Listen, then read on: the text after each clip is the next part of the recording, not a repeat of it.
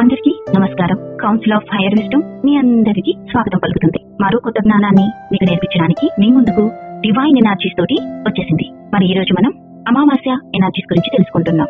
ఆషాఢ అమావాస్య ఎనర్జీ గురించి 12 ఆగస్ట్ 2026 వచ్చినటువంటి ఈ అమావాస్య మనకి ఏం నేర్పిస్తుంది? ఈ అమావాస్యకి మనం ఏ విధులను పాటించాలి? వేటితోటి మనం ముందుకు వెళ్ళాలి? ఎలాంటి స్టెప్స్ తీసుకోవాలో ఇప్పుడు తెలుసుకుందాం. ముందుగా అమావాస్య అంటే వెలుగు బయటికి రాకుండా చీకటి కమ్మేటటువంటి ఒక స్థితి. మరి ఈ అంధకారంగా చెప్పుకునే స్థితి నుంచి మనం బయటికి రావాలంటే అంధకారంలోనే అన్ని చీకటి శక్తులు మనలో నిండుతూ ఉంటాయి. మరి అవి ఎక్కడ నిండుతూ ఉంటాయి?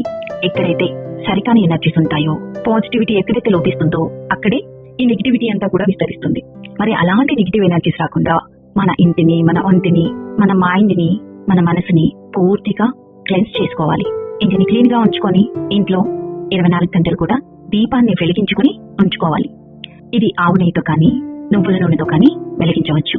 ఇంకా సాల్ట్ వాటర్ తోటి క్లెన్స్ చేసుకోవాలి, అంటే సాల్ట్ బాత్ చేయాలన్నమాట. ఈ సాల్ట్ బాత్ ద్వారా మనకి ఈ టైంలో ఈ చీకటిలో ప్రవేశించే నెగిటివ్ బ్యాక్టీరియా ఏవైతే ఉంటాయో వాటి వల్ల ఇలాంటి ఇంపాక్ట్ జరగకుండా నెగిటివ్ ఎనర్జీస్ తోటి మనల్ని మనం ప్యూరిఫై చేసుకోవచ్చు అనమాట. ఇంట్లో దీపం వెలిగించండి. ఈ టైంలో మన మనసులో ఎప్పటి నుంచో మనం పెట్టిన భావోద్వేగాలు అవన్నీ కూడా నెగిటివ్ కాన్షియస్ ఏమైతే ఉంటాయో అవన్నీ బయటకు రావడానికి ట్రై చేస్తూ ఉంటాయి. అందుకని మీరు ఏదైనా మంత్ర జపాన్ని చేయొచ్చు. అందులో లీనమైపోయి ఆ జపంతో పూర్తిగా కనెక్ట్ అయ్యి ఎవరికైతే ఎమోషన్స్ ఎక్కువగా వస్తున్నాయి, కోపం, బాధ, ఇలా నెగిటివ్ ఫ్రీక్వెన్సీస్ ఏవైతే పెరుగుతూ ఉన్నాయో వాళ్ళు ఈ రోజు చక్కగా మిమ్మల్ని మీరు శుద్ధి చేసుకొని దానిలోనే లీనమైపోయి చేయండి. ఇంకొంతమందికి ఆలోచనలు ఎక్కువ అవ్వచ్చు. ఈ ఆలోచనల్ని కంట్రోల్ చేసుకోవడానికి, ఈ నెగిటివ్ ఫ్రీక్వెన్సీ ఆలోచన రూపంలో మిమ్మల్ని ఇబ్బంది పెట్టకుండా ఉండడానికి పూర్తి మౌనాన్ని ధరించండి. ఈ మౌనం మిమ్మల్ని ఆలోచన రహిత స్థితిలో ఉంచాలి. అంత డీపర్ లెవెల్లో మౌనంగా ఉండండి. ఈ 3 వీటిని పాటించడం ద్వారా ఈ రోజు వచ్చే నెగిటివిటీ నుంచి మనల్ని మనం ప్రొటెక్ట్ చేసుకుంటాం. 15-30 రోజుల వరకు క్యారీ అవ్వకుండా దీన్ని ఇక్కడే కట్ చేసి ఆ ఎనర్జీని తీసుకోకుండా ఉండడానికి మనం ఇవన్నీ రిచువల్స్ ని పాటించాల్సి ఉంటుంది. మరి అమావాస్య మనకి గ్రహణంతో పాటు వచ్చింది. చూడండి, సూర్యుడు ప్రపంచానికే వెలుగునిచ్చేవాడు. మరి అంత గొప్ప ఎనర్జీ ఉన్న సూర్యుడికి కూడా సూర్యుడి నుంచి మనం ధైర్యం నేర్చుకుంటాం. సూర్యుడి నుంచి మనం ముందడుగు ఎలా వేయాలో నేర్చుకుంటాం. సూర్యుడి నుంచి మన జీవితాలను ఎలా ప్రకాశింపచేయాలో నేర్చుకుంటాం. మరి అంత గొప్ప సూర్యుడు, తనని ఎవ్వరు చేయలేనంత గొప్ప స్థితిలో ఉన్న సూర్యుడు తన దగ్గరికి రావాలంటే అతి కొద్ది దూరం ప్రయాణించినా కూడా తన వెలుగుకి కాలి భస్మమైపోయే ఎనర్జీస్ ఉన్న అతి గొప్ప ఎనర్జీ కలిగిన సూర్యుడిని కూడా ఒక గ్రహణము తన ఎనర్జీస్ ని కూడా పనిచేయకుండా చేయగలుగుతుంది. మరి అంత గొప్ప సూర్యుడిని ఈ చీకటి బంధించగలదు అంటే మనల్ని కూడా ఈ అంధకారం అనే ఎమోషన్స్, ఆలోచనలు ఇవన్నీ కూడా ఆ చీకటిలాగే మనలో ఉన్న చైతన్యాన్ని, శక్తిని బయటికి రాకుండా అడ్డుకుంటూ ఉంటాయి. ఎలా అయితే గ్రహణం పట్టిన సూర్యుడు అసలు తనకి ఏమైంది అని గ్రహించుకొని అక్కడి నుంచి కదిలి ఆ గ్రహణాన్ని కూడా వదిలించుకొని నిదానంగా బయటికి ఎలా వస్తాడో అలాగే మీరు కూడా మీలో అడ్డుపడుతున్న అంశాలేంటి, మీ భావోద్వేగాలేంటి వాటిని అర్థం చేసుకొని అందులో నుంచి నిదానంగా మెల్లిమెల్లిగా బయటికి రావడానికి ఈ టైం ని యూజ్ చేసుకోండి. ఈ రోజుని మీ జీవితాన్ని ఒక పేపర్ పైన దర్శించుకోండి.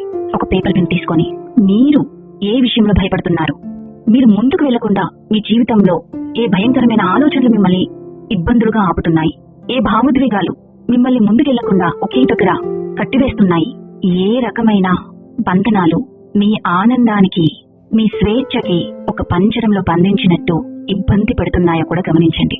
ఇవన్నీ రాసుకోండి. ఆ question answer, question answer, question answer repeated గా 3 సార్లు చదవండి.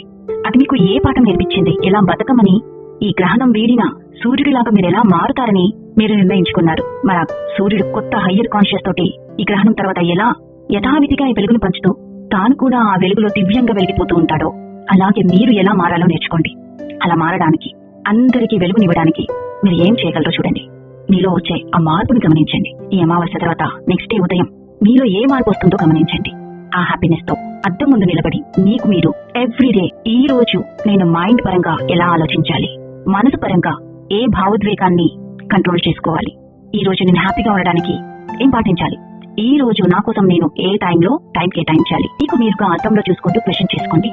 ఆ ఆన్సర్స్ ని ఒక పేపర్ మీద రాసుకొని ఆ డైరీని, మీరు రాసుకున్న పేపర్ ని ఆ రోజు పూర్తయ్యే వరకు పాటించండి.